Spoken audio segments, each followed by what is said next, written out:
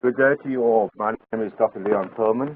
I'm in New York at the DFS Observatory in Columbia University, part of CITI, Columbia University Information.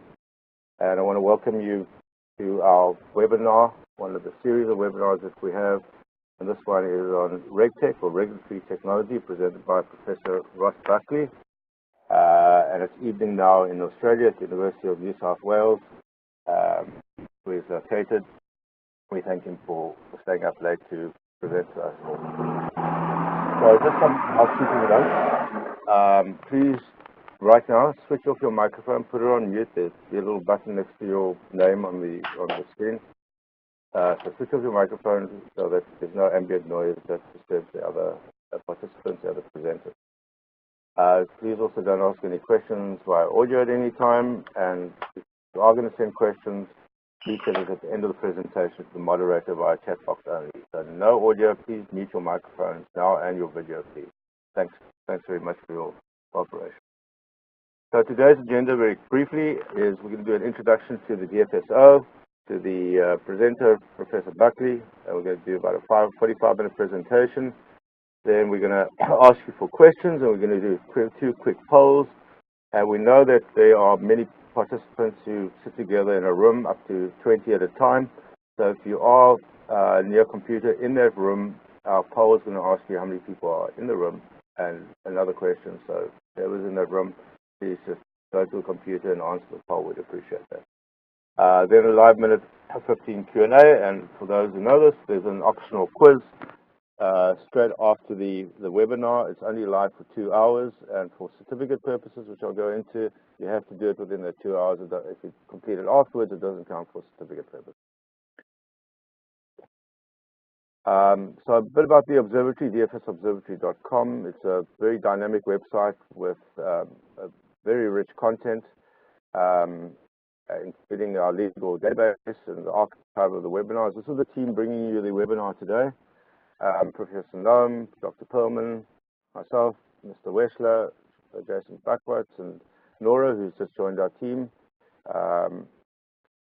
So these are activities: legal and regulatory database, model laws and regulations, annual summit, webinars, roundtables, publications, commentaries, analysis of new laws and regulations, and close collaboration with all of those in the DFS community globally. These are some of our webinars. We have one coming up on November 1st. Mr. Weschler is going to be presenting on de-risking and its impact on financial inclusion. Then we're going to have another one on November 22nd on credit in DFS, and then I'm going to be presenting on infrastructure security and DFS, on December 13th. So again, about the certificate of attendance, you've got to attend. These are the rules, very simple. Attend 6 webinars and get 60% for each of the post-quiz webinars that you do live. To pass, you have to concentrate on the slide content in today's webinar. I repeat that. The questions today are particularly difficult, so I ask you to, if you want to get through it, concentrate on every single slide that Professor Buckley presents, not necessarily on what he says, but on the slide content, and you'll get through it. So over to Professor Buckley, just a quick intro. Now, he's a good friend of the DFS Observatory. He joined the Faculty of Law at the University of New South Wales as professor in 2007, and his current research focus is on fintech and regtech in developed markets and how to best regulate the delivery of financial services over mobile devices in developing countries.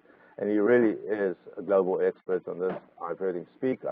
I encourage you to read his publications. They are top-notch and cutting-edge. And we're very privileged to have Professor Buckley today. So, Professor Buckley in Australia, I hand over to you. Thank you very much, Leon, and thank you for the opportunity. So we're here to talk about Regtech. You'll see the slide on the screen at the moment. This is a graph of Google search term, frequency of searches on Google. The one on the left-hand side is fintech, the blue line, and you'll see the red circle. There's a tiny little squiggle towards 2016. So Regtech is still only rarely searched for relative to fintech, which is the hot topic of the year. But if the graph on the right-hand side, you'll see as of last year, Regtech searches did start to trend upwards. So, you know, Regtech is not as topical as FinTech, but it is sort of getting there. So to begin to understand it, we will move to the next slide. We will talk about FinTech.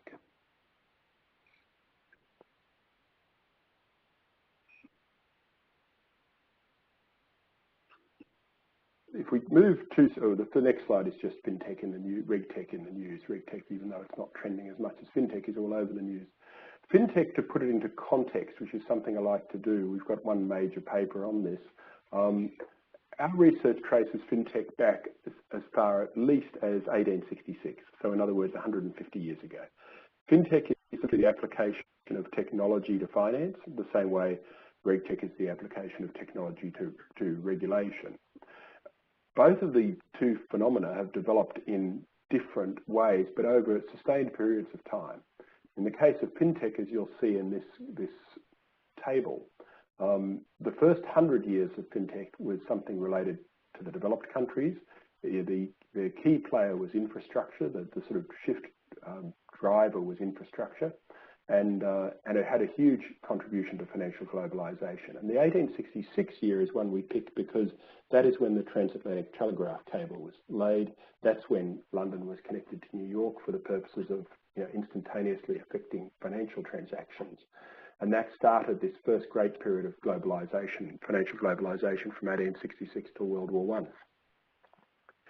The next period in our analysis of FinTech is the next 40 years, when starting in, that table says 1987, it should say 1967. I don't know why it's done, how that possibly happened. Anyway, apologies about that. The first period should be 1866 to 1967. The next one should be 1967 to 2008.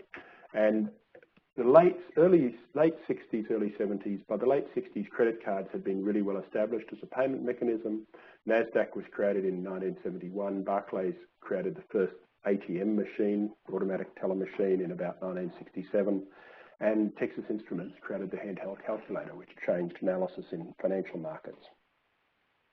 So for the next 40 years after 1967, FinTech continued to evolve, but it wasn't until 2008, 2009 that the next sort of shift came.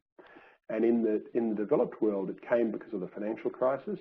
The global financial crisis in 2008 restricted the credit available, so created because banks suddenly had to have more capital and more compliance obligations, more expensive regulation.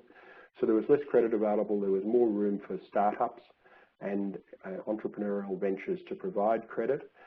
By 2007, the internet and mobile phones in the West, you know, trending towards smartphones, had started to really change the technological landscape.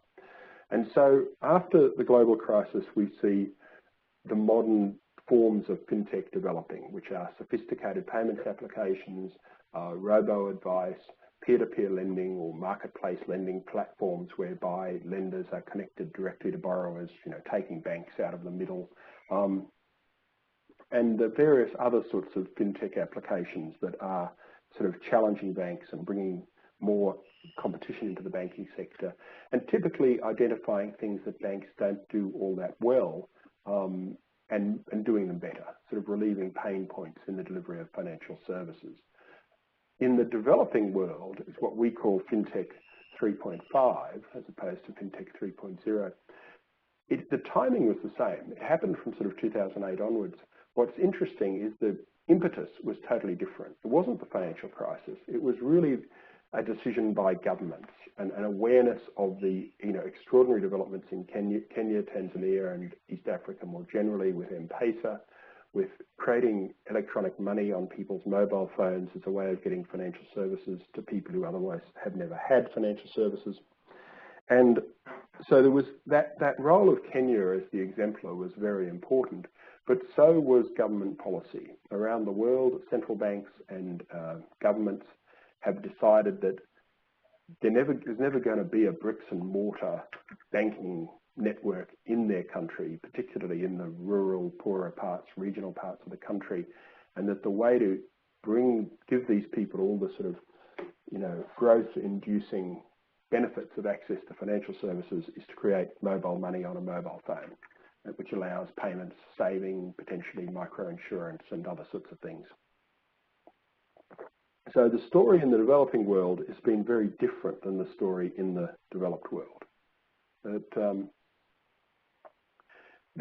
is just another encapsulation of the timeline. 100 years for the first period, which was essentially analog, 40 years for the second period, increasingly digital, and 10 years since the crisis. Moving on to the next slide, the definition of Regtech. The first definition is from the Financial Conduct Authority, and I'll give you a second to just read that. It says, Regtech is a subset of FinTech. It focuses on technologies that may facilitate the delivery of regulatory requirements more efficiently and effectively. This presentation is mainly based on a paper that I've written with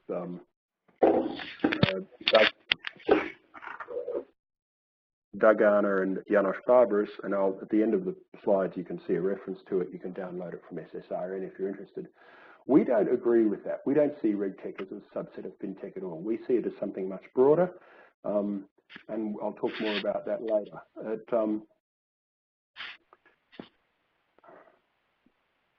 But that's it's an interesting and revealing definition by the Financial Conduct Authority, which is the capital markets regulator in London.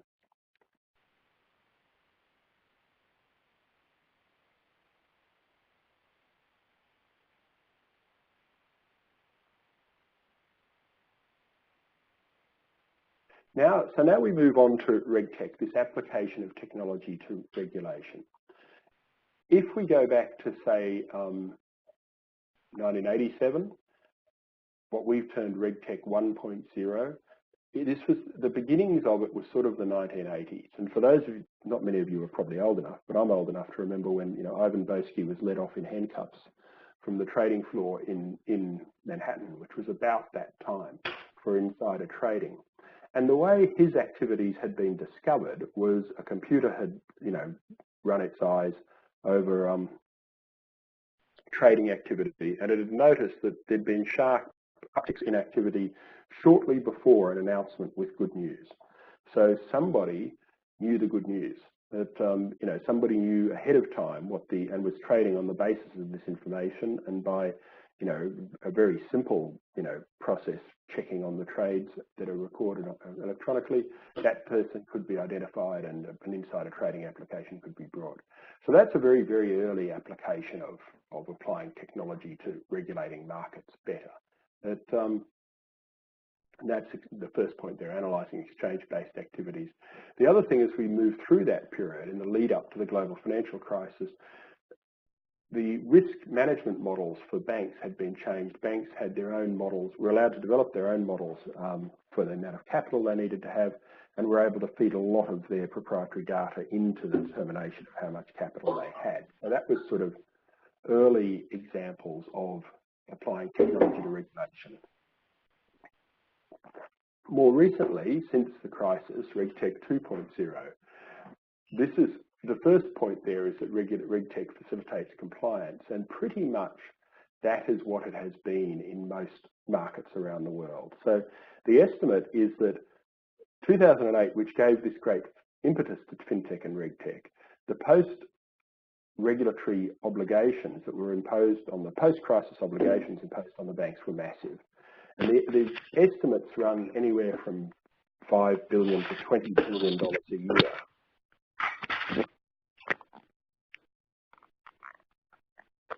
That are potentially able to be saved by technology being applied to these compliance obligations, and to doing them more simply, more quickly, more efficiently. And I'll talk more about why that is so a bit later. But we see that the reduction of compliance costs and meeting regulatory burdens, we see that as surely the low-hanging fruit for Regtech, but not the most important thing. We think the most important thing is this second point here under Regtech 2.0, that Regtech has the potential to improve supervision and improve regulation. And we actually think we are moving at a fundamental sea change from in how we regulate financial markets and how we regulate banking. And in that sense, fintech is going to sort of necessitate Regtech. As finance increasingly becomes data-driven in the future, for hundreds of years, the whole of banking regulation has been predicated on the idea of knowing your customer. So a lot of the obligations on banks are KYC obligations. Banks are expected to know their customers, are expected to recommend products that are suitable, that type of thing.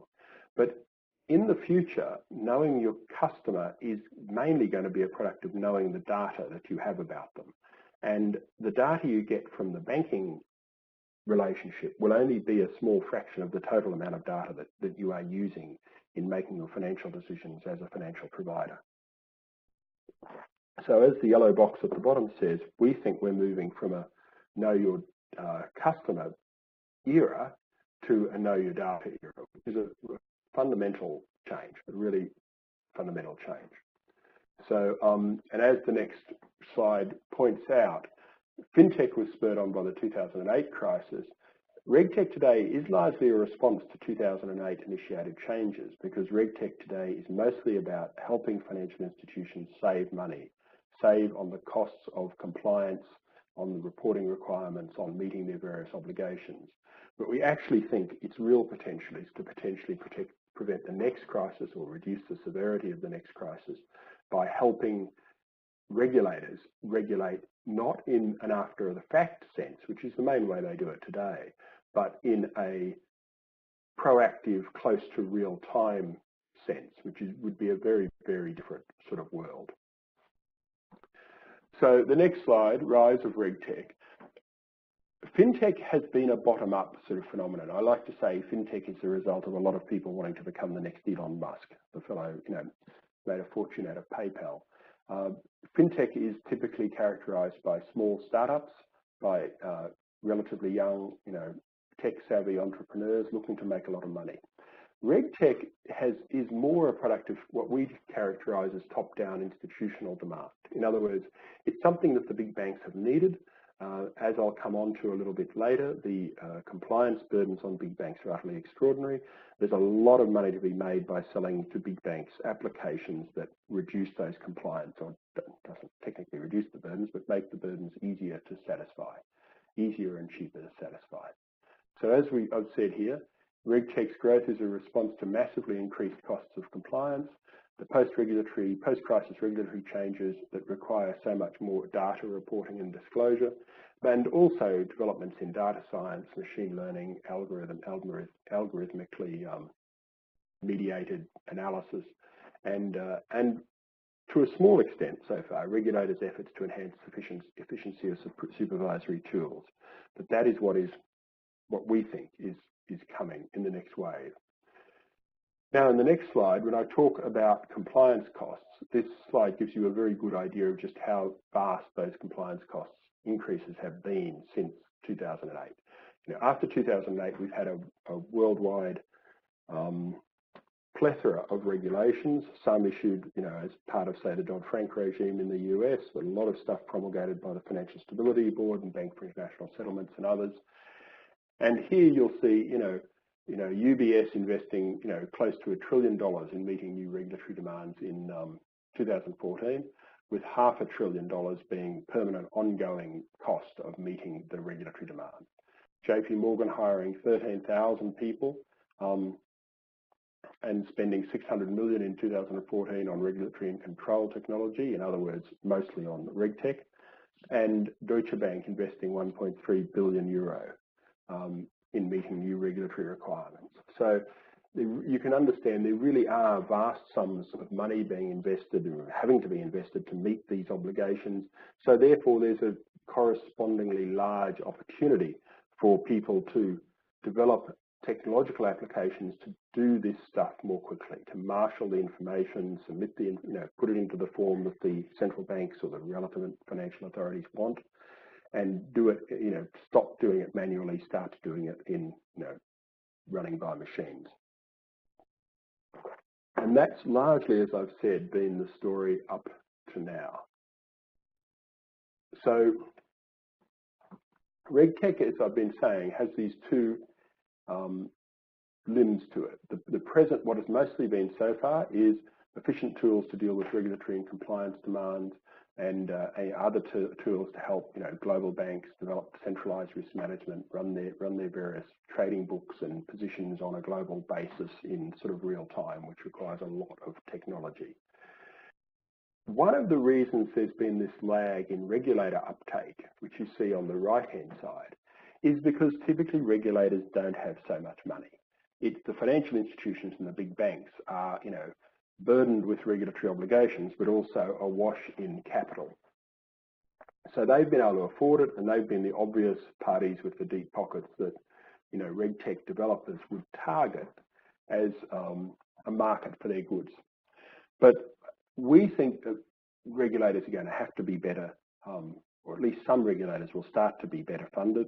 They'll start to move into this space of using Regtech to analyse in real time the data that's coming into them.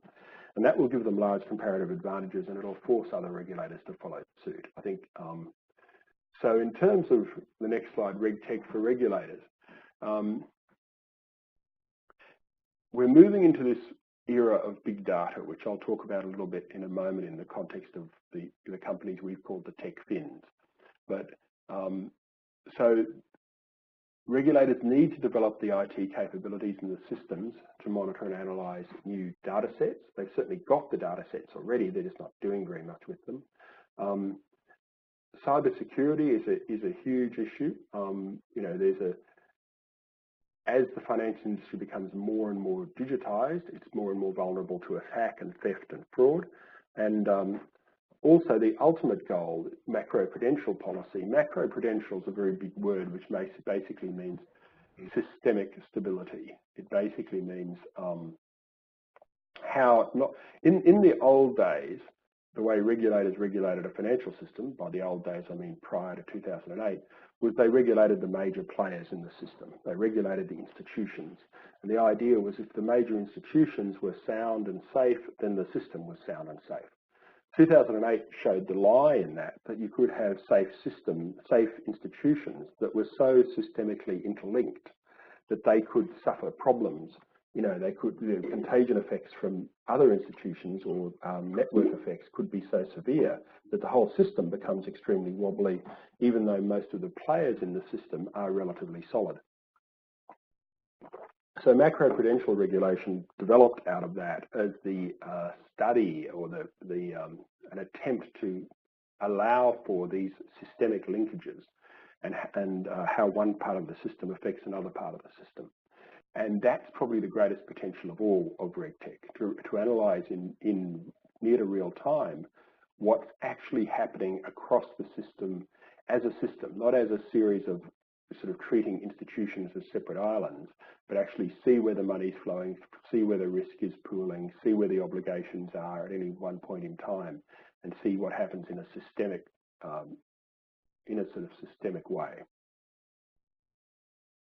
So what does Regtech, what can it be applied to? I said earlier that we took issue with the FCA's definition, that it only really applies to finance. And certainly in my country, Australia, it's being extensively applied to agriculture. So for instance, one of my favourite examples is oyster farming in the Derwent River near Hobart. In the past, when there was quite a bit of rain, the oyster farmers would have to stop harvesting because the rain would wash off chemicals and pesticides and things off the land into the water.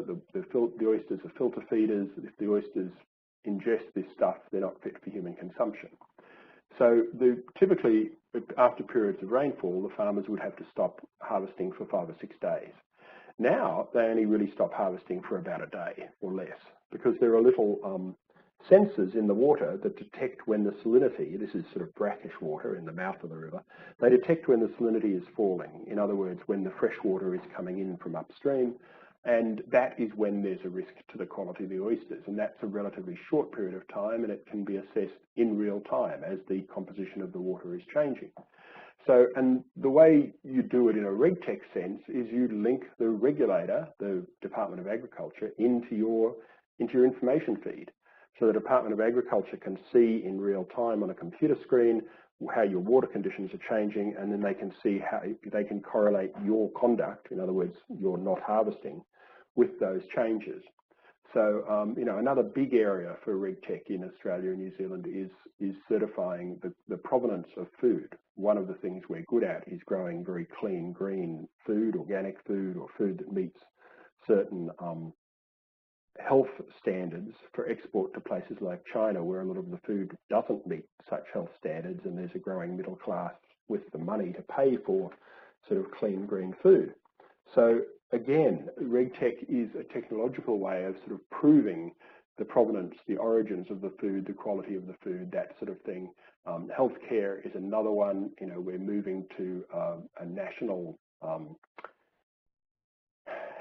sort of health ID in Australia, so that when a person fronts up for medical care, everything about them, you know, every test they've had, every x-ray, every drug they have, whatever they're on now, what they've had before, is all recorded centrally in one national database, so that a new doctor treating an 85-year-old person doesn't have to rely on their memory of what they're taking, which is likely to be very shaky, doesn't have to rely on, you know, little snippets of information, but can press a button on a computer and get the whole health profile, the whole history, everything come up at once. It's not a simple thing. It's got quite a long way to go, but it's where we're heading. All of these are applications of technology to regulation, broadly conceived, that extend well beyond finance. So this whole Regtech thing is, in our view, much bigger than finance, and is part of the sort of big change that's sweeping through the world. I mentioned earlier that Regtech will empower this shift from know your customer to know your data. Regtech 1.0, which until fairly recently, has been about the things I said before, you know, about prudential regulation, about protecting people, about preserving financial stability.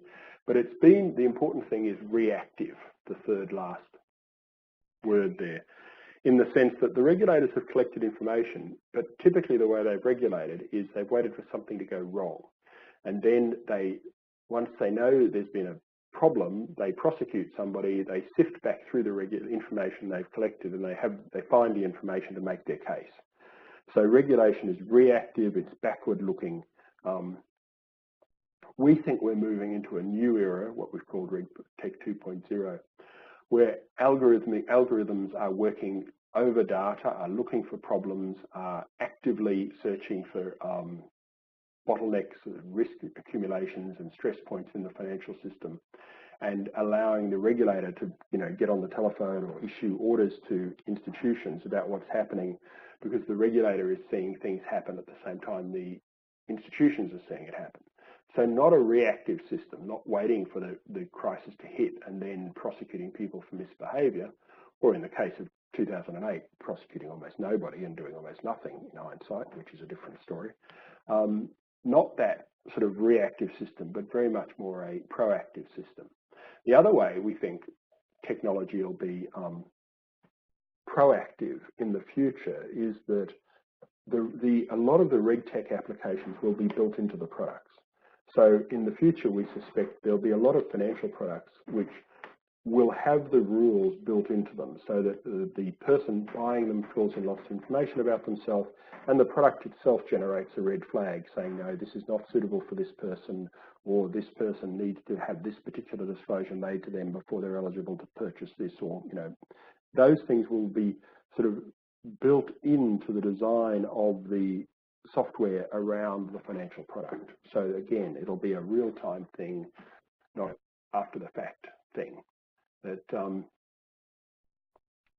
So we are arguing that we think we're in this transition to this new and different regulatory framework. It's really a reconceptualization, if you like, of what financial regulation is. We argue Regtech's not merely a subset of fintech, it's much broader, it has an application in a lot wider range of contexts.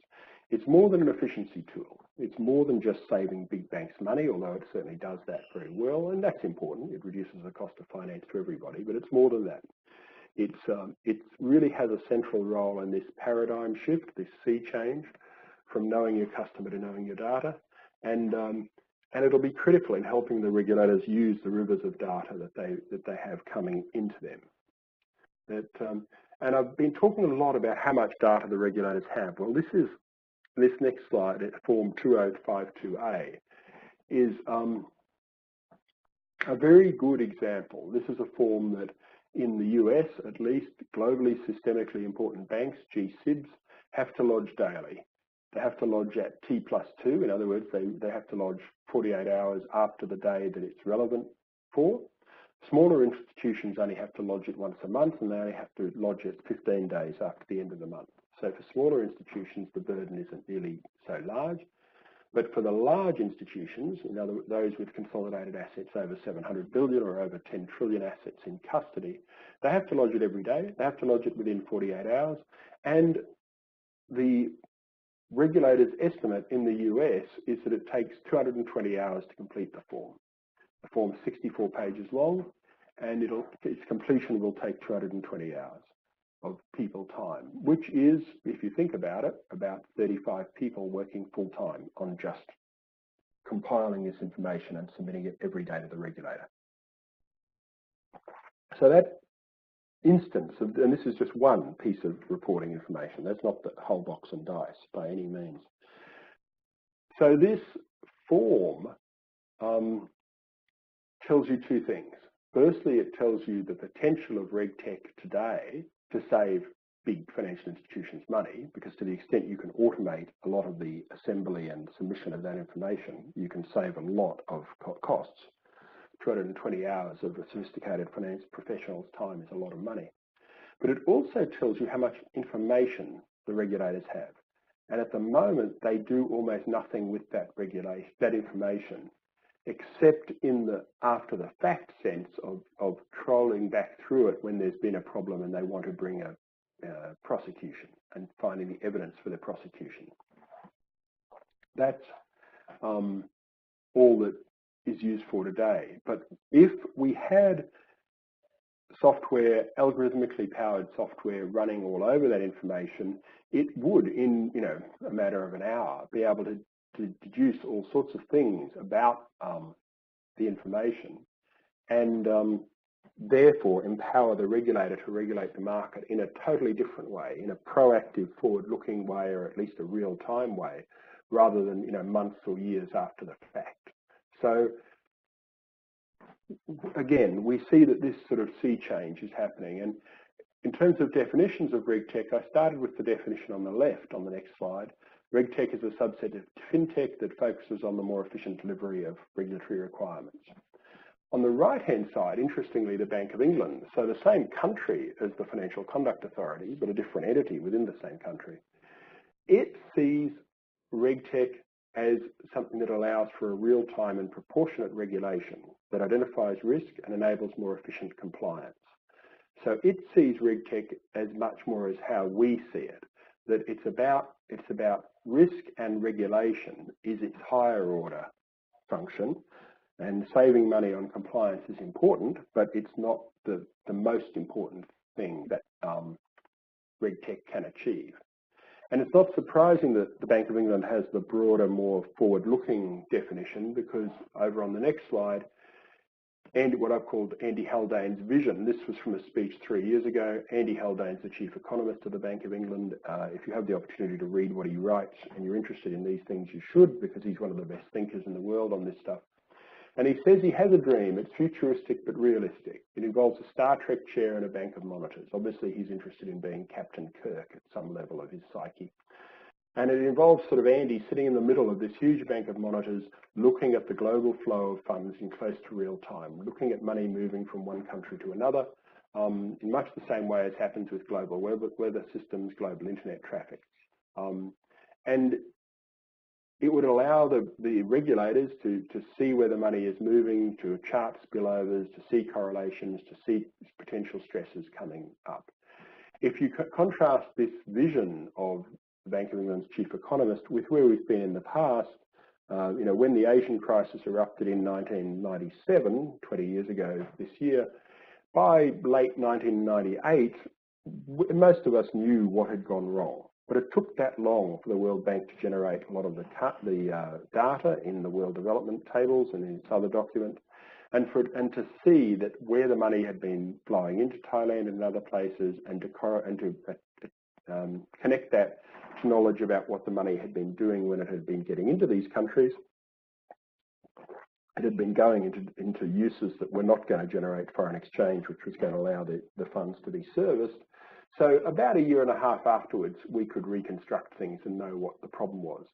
That's not that useful in terms of heading off crises, being able to work out what had happened a year after the event. Andy Haldane's vision is different and is much more forward-looking. And I think, if the investment was made already, we're pretty close to being there. So what I want to talk about for the last 10 minutes is this sea change that I've been talking about all the way through. We use the word tech fins, and if you look at this next slide, fintech is the application of technology to facilitate the delivery of financial services.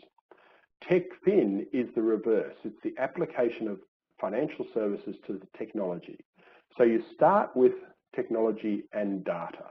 Whereas with fintech, you're starting with the financial relationship. So your starting point is the customer relationship or the investor relationship with the financial service provider. And then you're applying technology to try and improve and enhance the provision of services to that customer. But with TechFins, you start with the tech and you start with the data. So TechFins, it's our little phrase, but they're data-rich companies. They're the companies that some people say will eventually rule the world. Google, Facebook, Amazon in the US, Baidu, Tencent, and Alibaba in China. They get the data through selling us things like Amazon or providing technical services like Google or social media services like Facebook, but they have incredible amounts of information about us.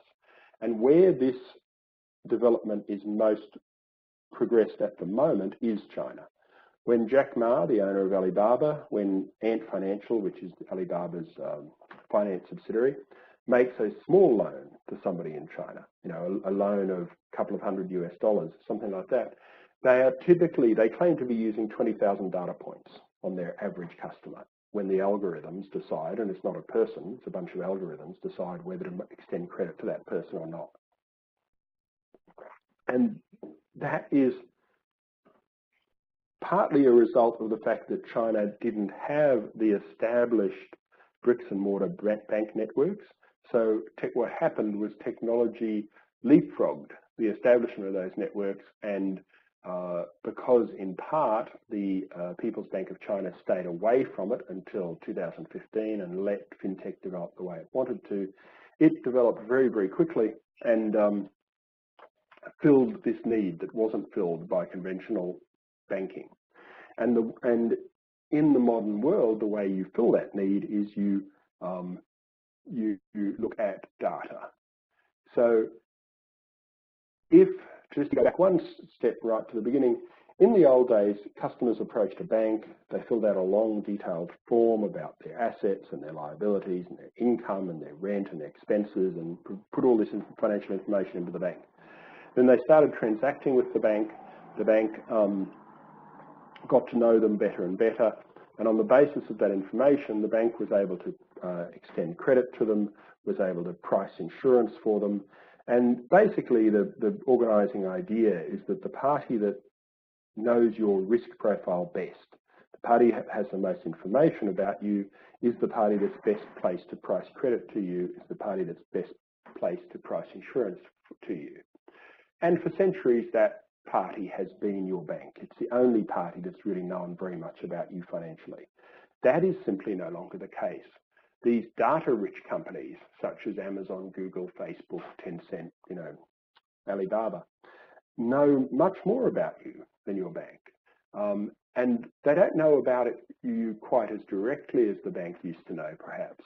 But they're able, through machine learning, to run algorithms across the behavior of millions of people and work out. They have this very rich, incredibly complex, nuanced understanding of, where you go, where you are at every moment of the day, what you purchase, what your preferences are, you know, what sorts of movies you like to watch, what sorts of books you like to read, what sorts of food you buy in the supermarket, when you make mobile phone calls, how extensive your personal network is, etc., etc.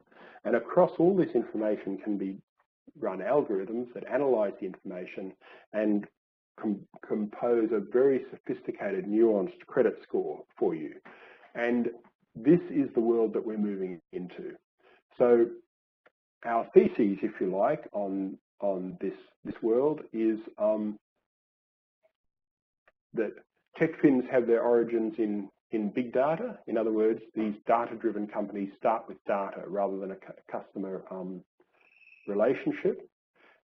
They're a problem for financial regulators because they typically sort of will slide under the radar for a long time. They don't take deposits, they don't solicit customers, they don't handle customer funds, so they can grow very large before they start to become subject to having to get a credit license, for instance. We think that they will probably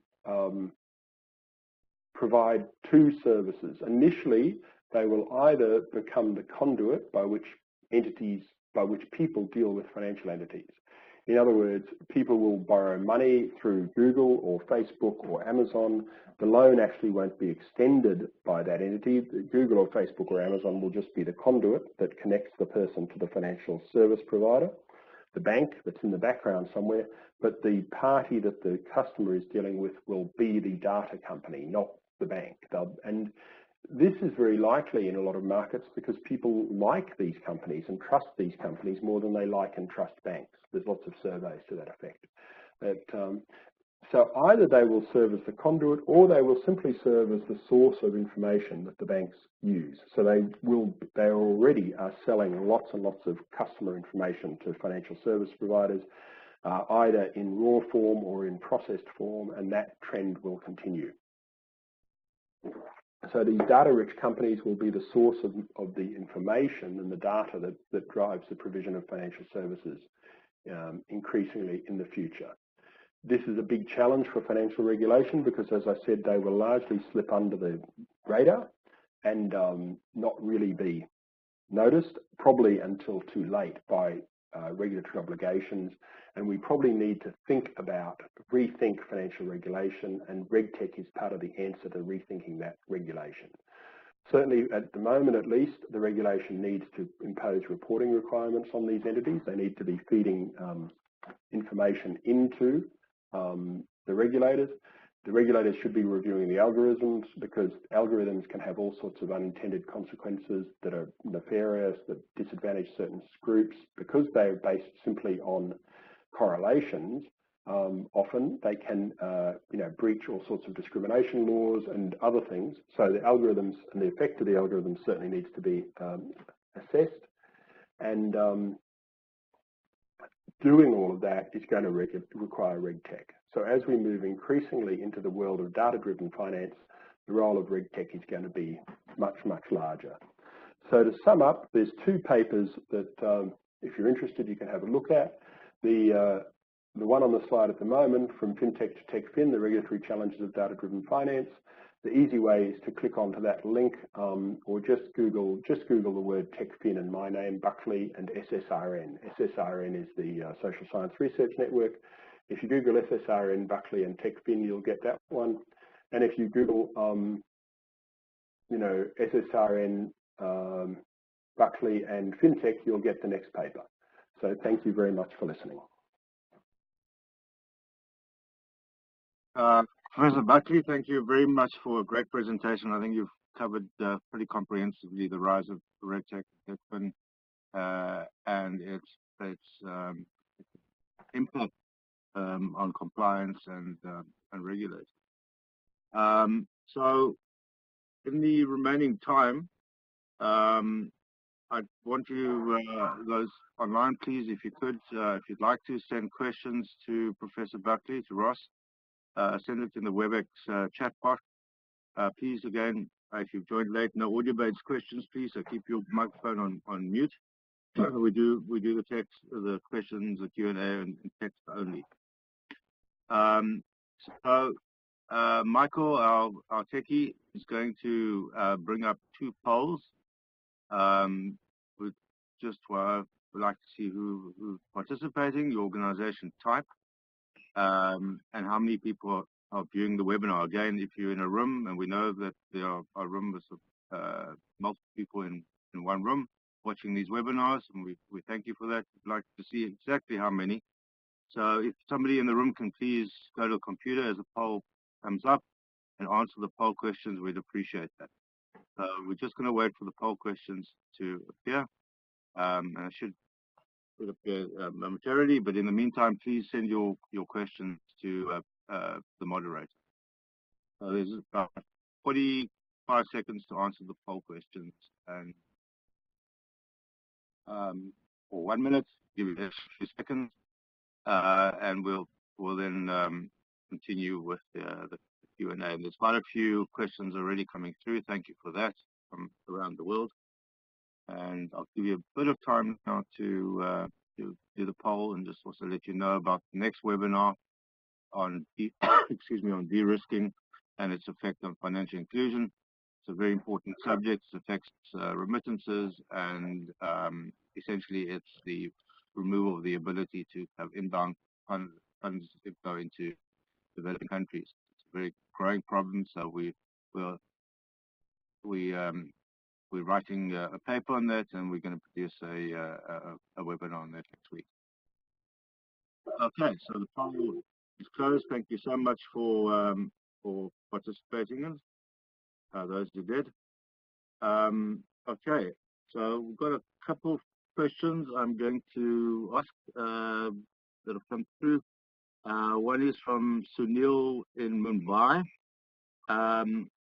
This is Buckley. What is the potential effect of Regtech in developing countries?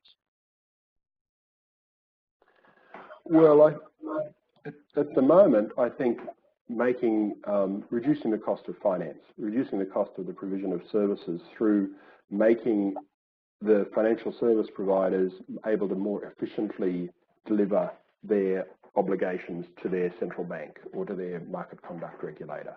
So, certainly in developing countries, the reporting obligations on the financial service providers are not as extensive as they are in the West, but they're still expensive to comply with. And especially as we've moved towards more consistent global regulation, there's more opportunity for the use of the same sort of, these are really software applications. There's potential for the use of the same sort of software applications to save the banks and financial service providers money, and therefore hopefully lowering the cost of finance. Okay, I think I'm aware, I think, of 3 countries, developing countries, that are doing Regtech trials through the Archer Accelerator. I think there's Ghana, Mexico, and the Philippines. The Philippines is doing, the central bank is doing a consumer protection chatbot, I believe, from what I've read. Okay, from Janet. It seems like the rise of mobile money in Africa and the rise of TechFin in China has relied on leapfrogging. Can other markets where leapfrogging isn't necessarily see such innovation? What do regulators need to do to quickly foster this innovation? It's a challenge for regulators because regulators regulate, right? It's in their nature. And the safe thing for a regulator to do is to pass a regulation, because if there's a problem and they have regulated somehow, they are more protected from criticism than if they've allowed a market to proceed without regulation. But the story of, you mentioned Kenya and China, the story in both places, fintech really flourished in China because the People's Bank of China stayed away from it pretty much until the middle of 2015. And by that point, they got understandably concerned because Yui Bao was a money market fund that had been created on the side of Alibaba, of Alipay.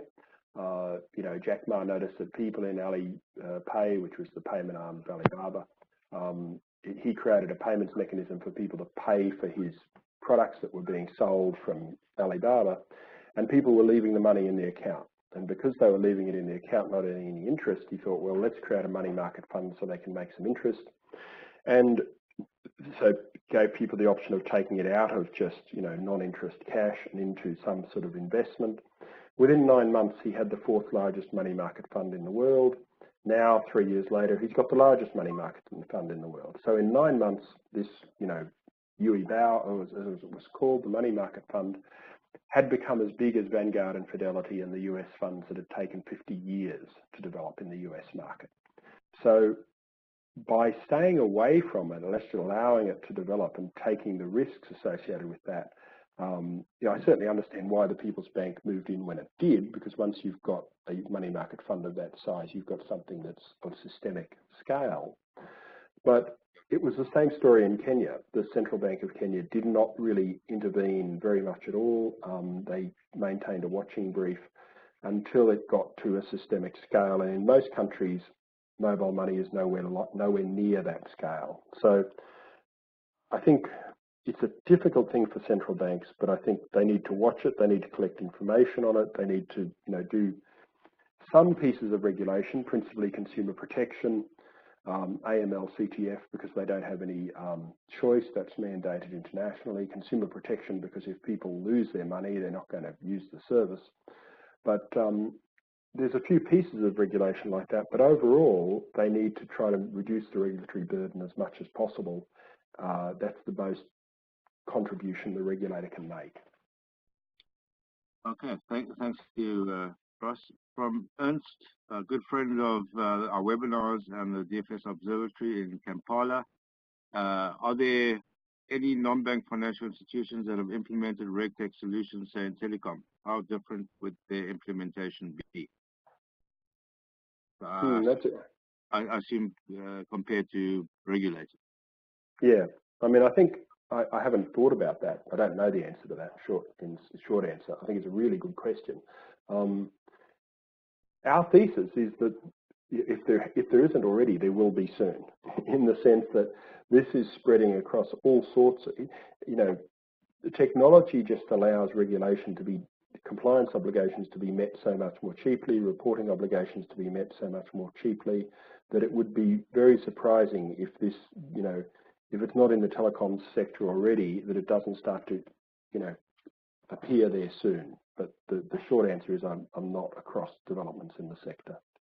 I know there are a number of startups that are providing at least KYC solutions to smaller non-bank institutions in a cloud environment. So certainly KYC,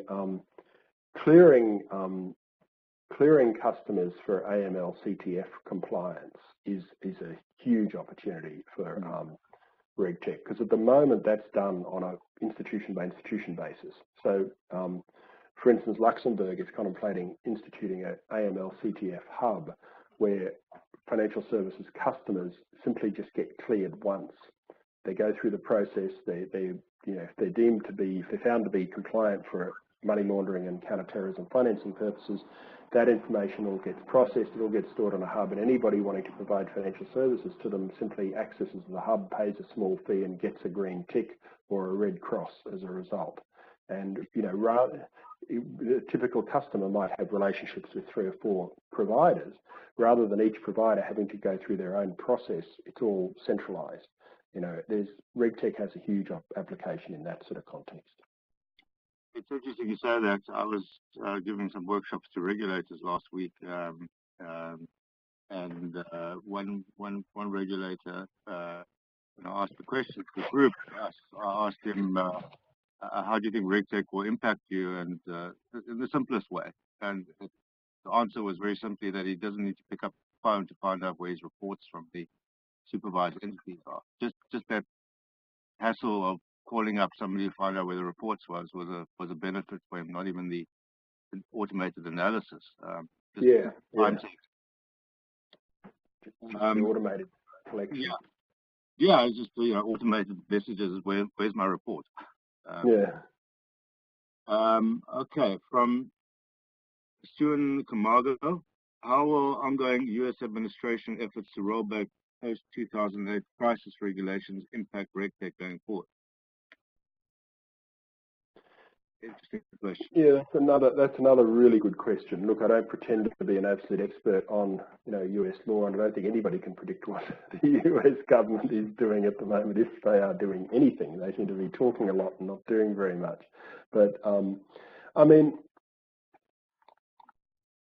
I suspect that the things that they will roll back will be, things like the Volcker Amendment, and that restricts, proprietary trading by big financial institutions. I'd be a bit surprised if they get into the nitty-gritty of rolling back the actual reporting requirements. Maybe they will, but that's a sort of a bread and butter in the background sort of obligation. It's not the sort of thing that politicians would normally sort of focus on. So I think a lot of the information reporting requirements are likely to withstand something like that, but that's a bit of a guess. I'm not really sure. That's fair. Okay, from Michelle in Nairobi, who will Regtech benefit most, regulators or businesses for compliance? For the next 5 to 10 years, businesses for compliance. In 20 years' time, regulators, I think. But certainly businesses meeting their compliance obligations will be the major beneficiaries, at least for the next 5 years. And why do you think there's such a lag time for these regulators to implement this? Because regulators don't have the really deep pockets at the moment. At least they don't have the money to buy the applications. A lot of the applications are not being developed so much for regulators. It's a smaller market, and regulators are innately conservative, so they'll be slower to trust the algorithmic mediation of the data, the algorithmic interpretation of the data. I think regulators will be slower to trust that. Whereas for a bank, if the application is doing what you're doing now, but doing it more quickly and simply and cheaply, it's easy to make the decision to spend the money on it. But timelines are always difficult to estimate, isn't it? I think it's easy to work out where we're going. It's much harder to work out when we're going to go, when we're going to get there. That's always a challenge. Okay, thank you very much, Professor Buckley. I just want to end off, obviously, by thanking you for a great presentation, but just in the remaining time, to just tell those online about the webinar quiz link. It's in the instruction email for this webinar. Again, you have 2 hours to complete it, and if you be following Professor Buckley's excellent slides, which you can get to it with difficulty. They really speak to the content of the slides. There are 10 multiple choice questions, and again, if you answer them post-quiz, they'll count towards the 6 that you need to complete for the certificate of attendance. And just again, in the remaining time, just to let you know about the webinars. Again, on November 1, Michael Weschler will present on de-risking and its impact on financial inclusion. And then we'll have one on credit and DFS, and then another on infrastructure security in DFS that will be on December 13. The credit one will be on November 22nd. So it remains then for me to thank again Professor Buckley and all of you around the world for participating in this excellent webinar and participating in our webinar series. And those who are staying up late, especially Professor Buckley in Australia, we thank you for doing that. And for those who it's early morning, especially on the US East Coast, thank you for getting up early and staying with us. So for those doing the quiz, good luck to you.